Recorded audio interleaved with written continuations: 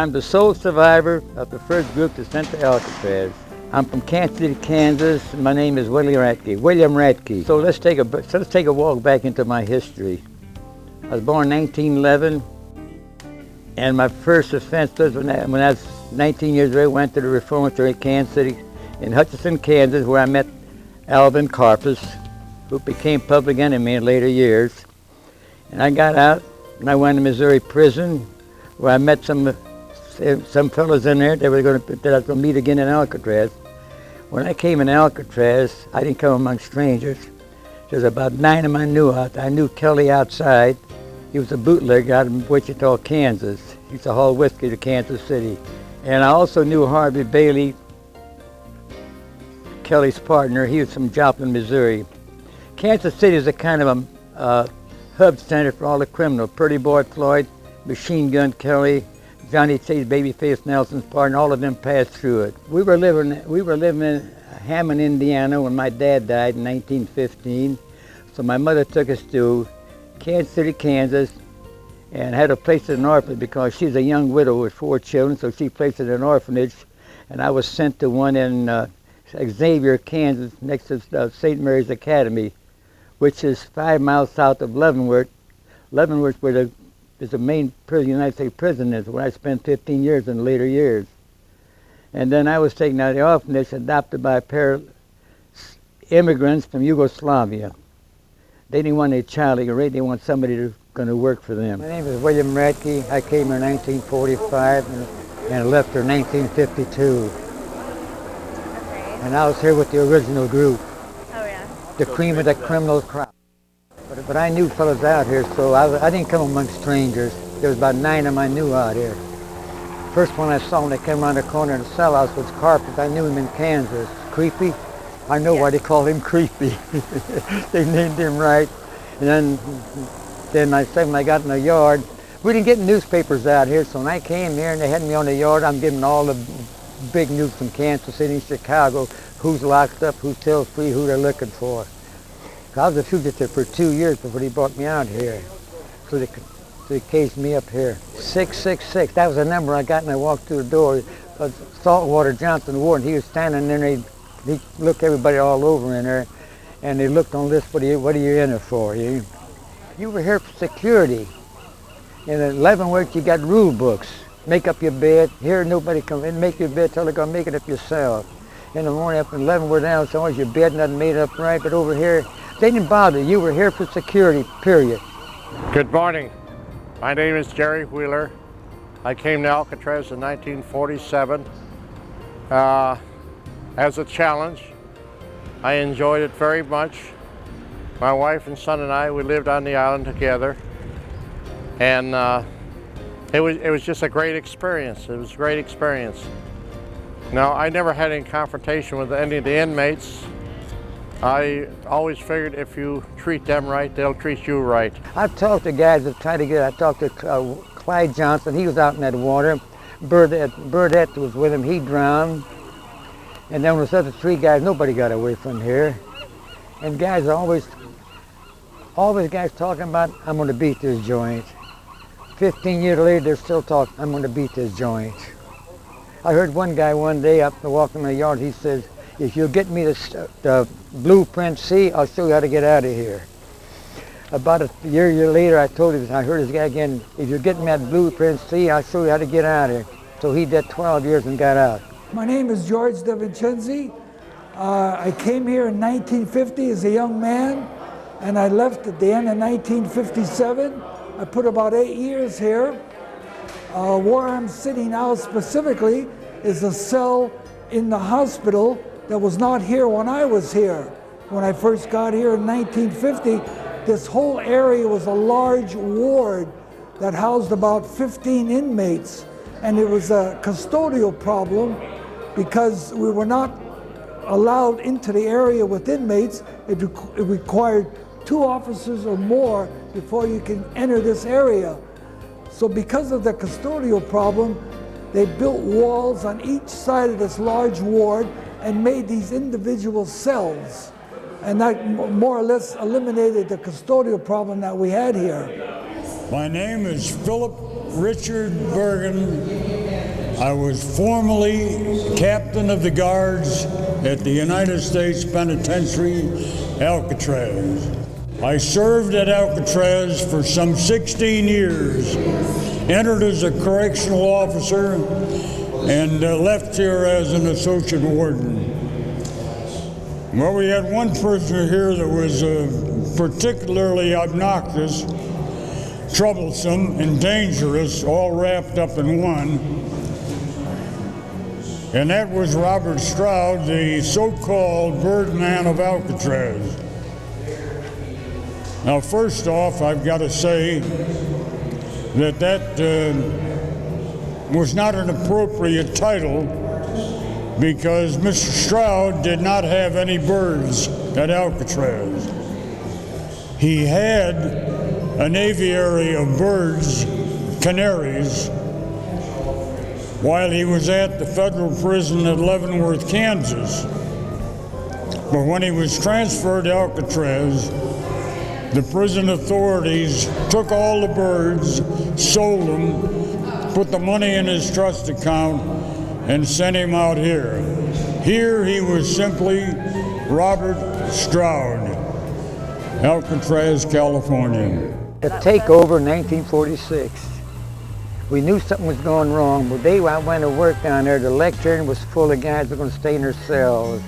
I told Kelly and George, we're going to be here by ourselves tonight. So we're down the laundry. We didn't hear the sirens when they went off. The first thing we knew was when the Coast Guard come around there, start circling the buildings. And then when the phone rang, they made us line up down to take account, and one of the United States Marines came on the island. That's all she wrote. Nobody said anything was gone. We knew something happened up here that got the guns. Yeah, they did all that. See how them bars are in between? They put rails. Because he went right up this way, climbed down there. Now, I thought that was built that way, but that was Oh no, that's after the afterwards. shooting, they put that in, because they got up to the bars that way. Hey, that's fascinating information. See, they I didn't climbed know all the that. way, see, way up on top, you couldn't see the bars. Right. And up there, they were see able to the spread left? them where they bent That's over. right, you can't Yeah. see it because the main thing. Now they got the rails in between. Yeah, they put those in afterwards. Yeah. Because of that shooting. I come out, I saw Hubbard standing over there. And he asked, who's down? I said, Stewart and Nova Stecker's down there. I didn't know what was going on. Hubbard's standing, he's jigging for these guys that spreading the bars. So I got out of there, so the guards come up like this is open. See, that's all sealed now. So they see the bars. So, the day that happened, this colored, this English, this young guy come up, he saw this, he saw Hubbard come around with a gun. Though they got in there, he run down there. So Stucker down, Ed Stucker saw, why did he run down? He looked up there and he saw him run. He's the one who put the alarm in. Oh my God. And then, anyway, then they let us here in the cell house. I couldn't understand that, and I settled down here. And these three guys are running loose in here before they went to C block. Because Coy come down his gallery, he said, we just killed 9 bulls. He thought he killed 9, all that shooting going over there. But then they got into C block, that's where he got killed over there. But there's none over in here. And then you still have Marines all came in with machine guns all around down in here. And there was a ricochet. They drilled some holes here in the ceiling on this cutoff. They're dropping grenades down in there. Shrapnel was flying all over in here. And I had to put a blanket on this full of tear gas, loaded with tear gas. When we went out next morning, 2 mornings later, there's empty shells out here, you fall on the floor. You had to watch by walking on.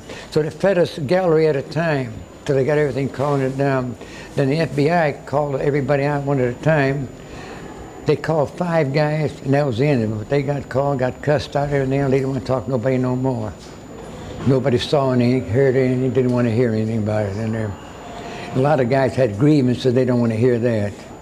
They figure by putting Alcatraz on a trial, they're going to win, they nobody. They dragged her body right along through in here. You could see the water and whatever it is, blood, all streak of blood, and they laid them, that's where they took their pictures back there, behind this building over here. And I could see the legs sticking out, we're laying down 3 guys in there. But they dragged them out on the blanket because they had them at the seaside in there. With the guards carrying them, and also the Marines in there too. They were here, those guys didn't play with nobody. Because when these Marines first come in here, down in there, and they 4 of them kneeled down and 4 of them stood up with rifles. It's open fire, and they start shooting went right on through here. Cleared eyes out. That's how they got everything out, made everything had to hide in there. But those guys were hidden out in C block side, in the corridor. That's where they got them in there.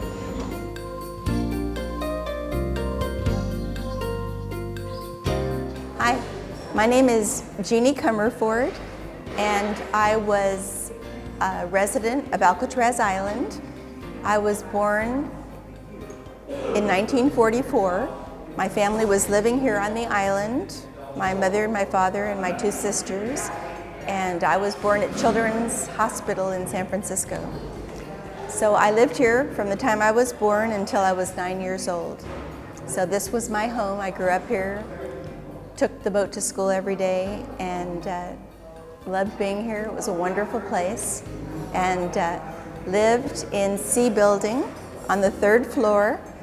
We had a beautiful apartment, and our kitchen and dining room and bedroom looked out over the East Bay, Richmond, and our living room and my parents' bedroom and our bathroom looked out over the Golden Gate Bridge and San Francisco, Marin. It was just a beautiful, beautiful place to be.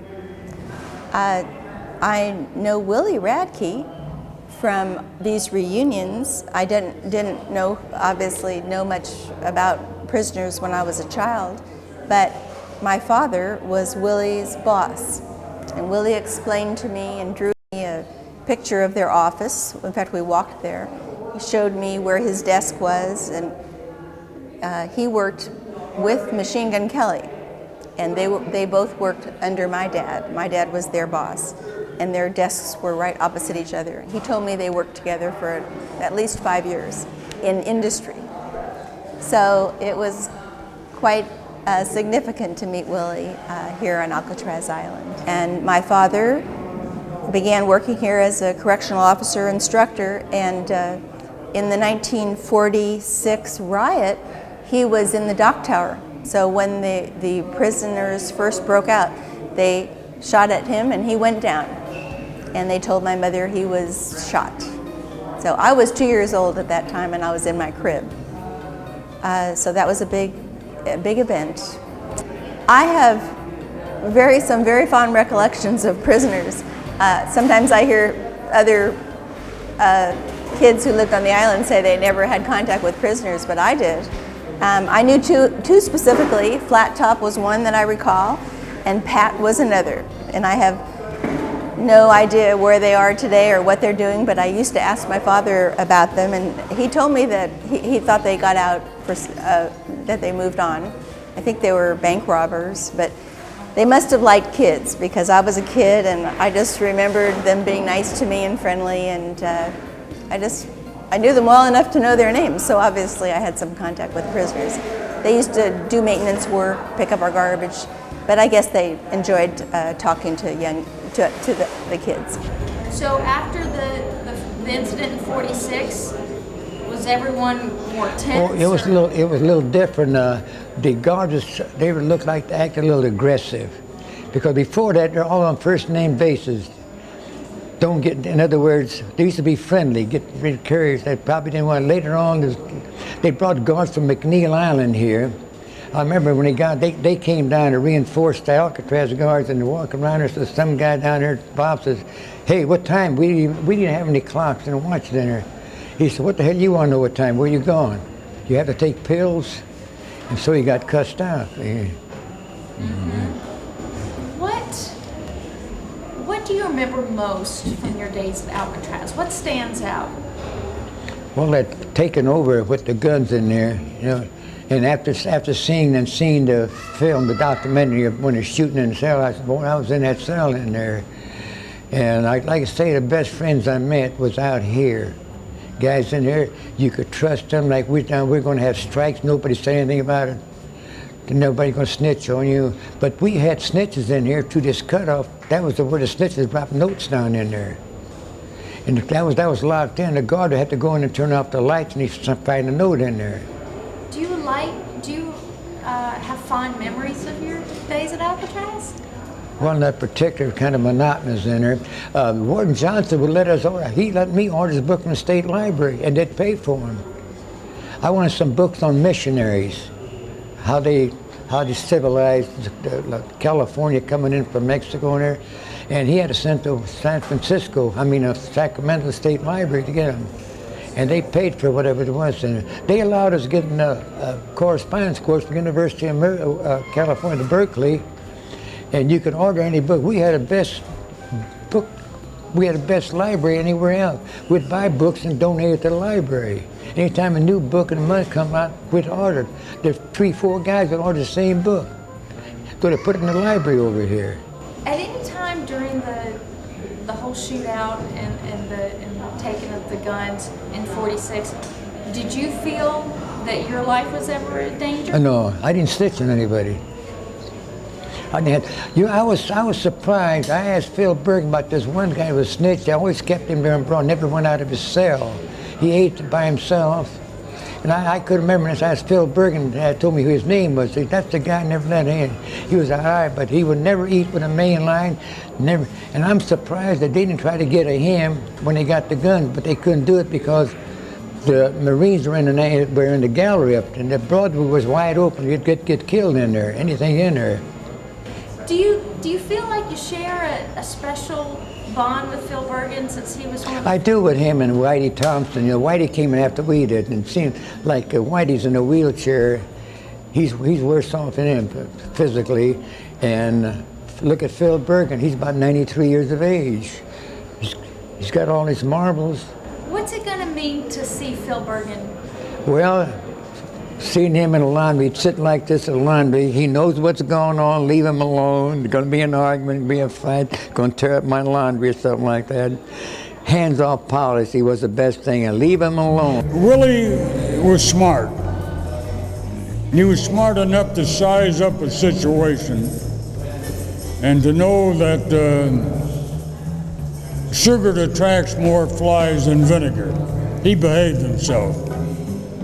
And he knew that in order to earn a remission of sentence, you had to accumulate the good time, the reduction of sentence. And so he applied himself to all the work that he was assigned to and did exceptionally well. And he behaved himself exceptionally well. Not a goody-goody, not an angel, but well behaved. And as a result of that, he went out of here on minimum time and in good shape, and had the esteem of the officers and the captain to the point where when we meet, we're friends. When I got through my extensive training for 2 months, I was assigned to the barber shop. I was told to take the Saturday and Sunday off and report 9 o'clock Monday morning to be the barbershop officer. I reported Monday morning. I went into the barbershop, and in about 30 to 40 minutes I was in a murder.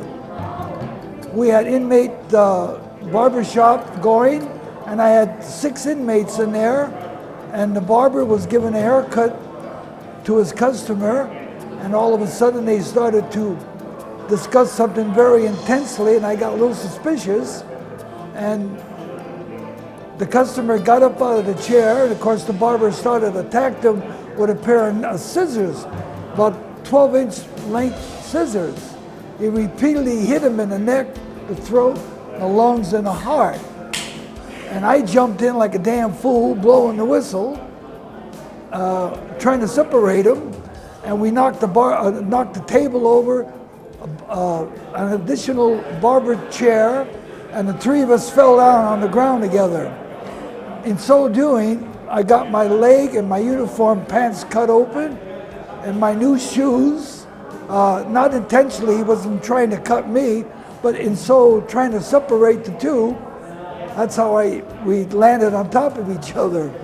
Well, he was dead in less than a minute, and a very peculiar thing happened. As he was dying, every time I guess his heart beat, a large gush of blood would come out of the side of his neck.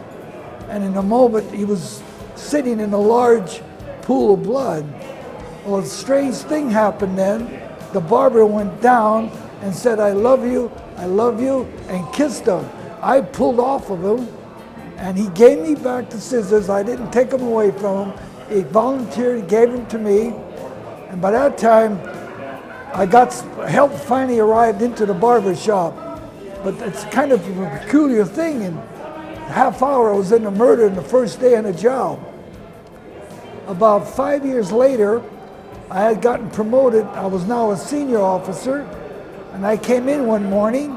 I was told I was the acting lieutenant. Lieutenant called in sick. So I inquired as to what the functions were. And they said, go to the treatment unit and retrieve a certain inmate that's been confined there for 2 years for his own protection. We got him out of the treatment unit, brought him down into the clothing room to get him ready to shower, outfitted with some clothes, and turned back into the population. Well, the inmate that he was feuding with 2 years prior, unfortunately was working in the barbershop, in the clothing room. He was waiting for him, went after him, stabbed him to death. He was dead in less than 20 minutes after he was released from the treatment unit. Those were the 2 murders I was directly involved in. And well, what else could I say? That was my introduction to the prison service. He's asking if you were involved in the 1946 escape attempt. I was involved. And what was your position during that attempt? I was a correctional officer who had been promoted to a lieutenancy shortly before the 46 thing. On the day of the disturbance, they call it a battle, they call it a riot. It wasn't even a good skirmish, but it was bloody, and it lasted 3 days. Now, I was over in San Francisco on my day off. If I'd had good sense, I'd have stayed over there. But not having the necessary good sense, I got back to the island. Now, the first thing I did was call the island, and I found out that here on the island, they knew they had an emergency, and they didn't know what it was. That's the exact facts. They did not know what was happening. They wanted me to come over right away. I was a pretty good rifle shot, and they thought that'd come in handy. As a matter of fact, I was a firearms instructor for the island, and probably, if not the best, I was one of the best. So I got over here. They put me to work. Finally, the warden decided to go in and try to rescue the officers who had been taken captive. But first, we had to take command of the West Gun Gallery, which had been taken over by the inmates. That was the place from which we suspected that they had captured the guns. They had a rifle and a .45 caliber cold automatic pistol. So the party went out to the entrance of the West Gallery. 3 of us went in and assaulted. One of us immediately got shot about two steps inside the entrance. The other 2 of us went on upstairs to the 2nd level of the gallery. 3 other officers followed us. I put them in the positions that I thought they should remain in, and I went into the other main section, the cell house section of the gallery, looking for the gallery officer, because we didn't know what happened to him. I found him laying in the floor of the gallery, stripped naked, cold as ice, and very much scared. I dragged him back out to where the other officers were. He was still alive. I put him on the telephone with the warden, and then I went back to reconnoitering the gallery. But before I started, I again spoke to each one of these officers that was in that particular section of the gallery, telling them what I wanted them to do and the hazards that they could probably face. And I wanted them to stay right where they were until I came back from the reconnoitering. And I took another man with me, and we had just about started to go into the main cell house section of the gallery when an officer I won't say disobeying his orders, but actually got a little over anxious and started towards us. And in coming towards us, he came past one of the exterior windows, and some officer mistakenly fired a shot, thinking he was shooting at an inmate, and he killed his brother officer. Now we have to get him down out of the gallery, and while we're trying to do that, the person on the hillside fired another shot. They called this friendly fire. He hit another officer, broke his arm with a rifle bullet. Had to get him out of there. After that is concluded, then we went ahead with our search of the gallery, found there was no inmates in it, reported back to the warden that we had control of the gallery. The warden had promised me, because I was one of the best shots in the institution, that as soon as we had captured the West Gun Gallery, he was going to relieve me and bring me out front, and we were going to assault the cell house. Going to go in there with a party of 3 and rescue the captives. But at that point, the warden had changed his mind. He decided that since one man had been killed and another seriously wounded, he'd have to make some other decision about taking over the cell house. He left me up there in the gallery, where I was more than totally useless. And that's where I stayed until midnight the following night. The next day, Saturday morning, bright and cheerful and having had a good sleep, put on a nice clean uniform, came on upstairs here to the cell house, and it looked as though the battle was over. There'd been a lot of shooting, both by officers and by the escapees, but there was no further killing or wounding. In the meantime, at 10 o'clock on the second night, that was Friday night, the warden had finally sent in a party to rescue the captives, and did. And he found one of them dead, and 4 or 5 of them were pretty badly shot up. One of whom was the captain, and another was the executive officers, the 2 top men on the correctional force. When I came up there Saturday, about 6 o'clock in the morning, I was a junior lieutenant.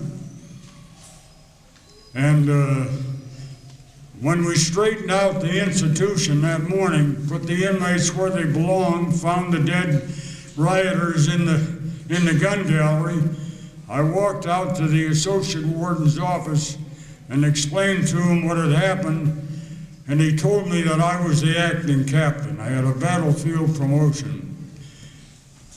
And as far as I was concerned, all I could see that I had done usefully was sit up there in that gallery.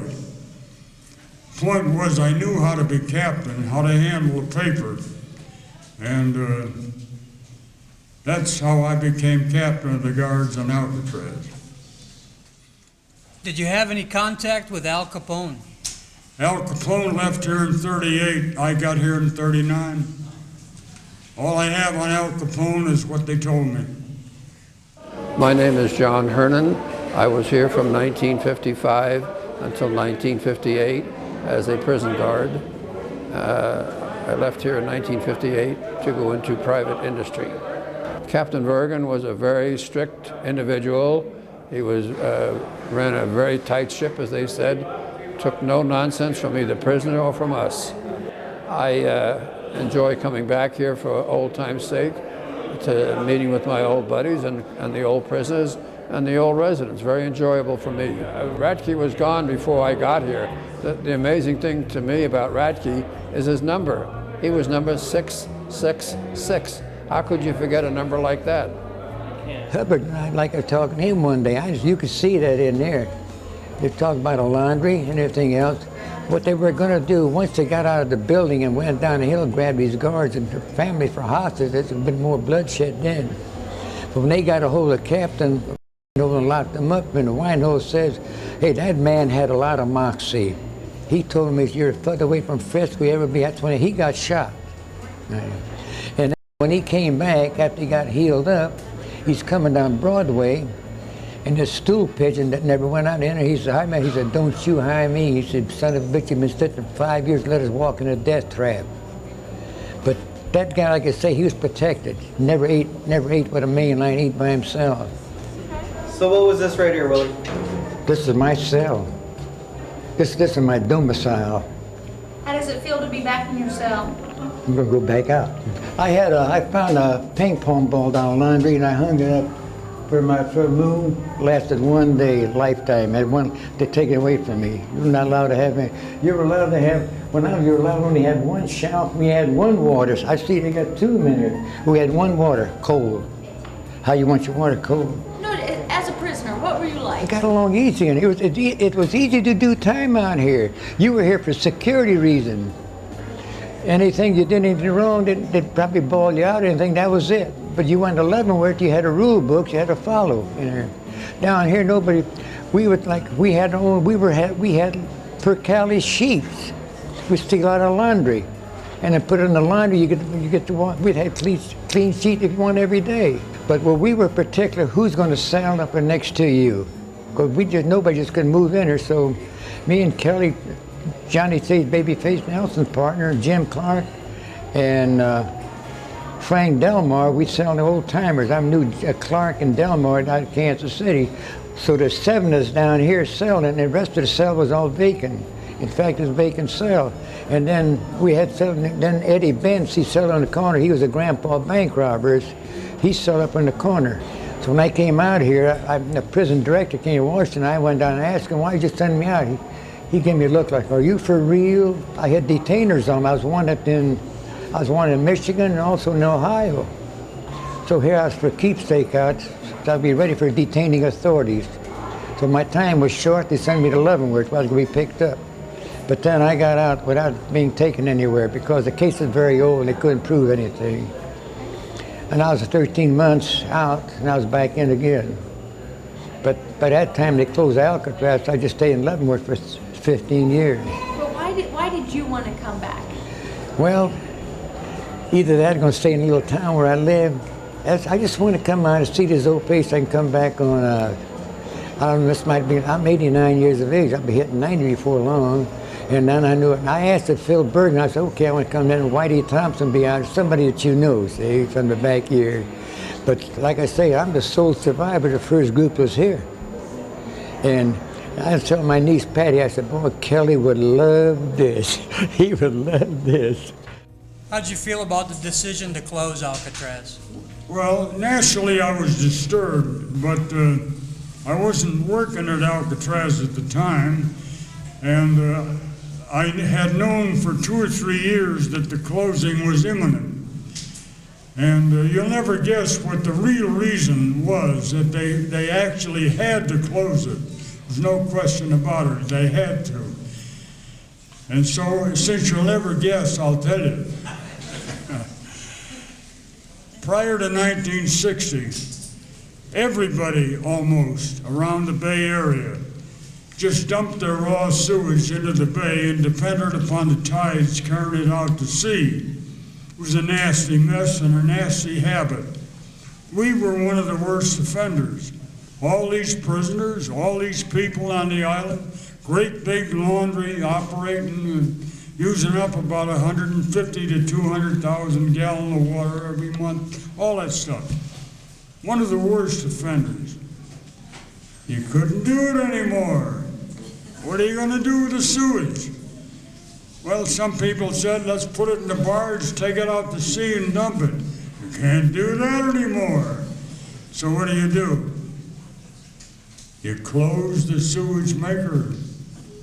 Then there's no more sewage to worry about. And so we did. We closed the sewage maker. Simple as that. A lot of other good reasons, but that was a reason.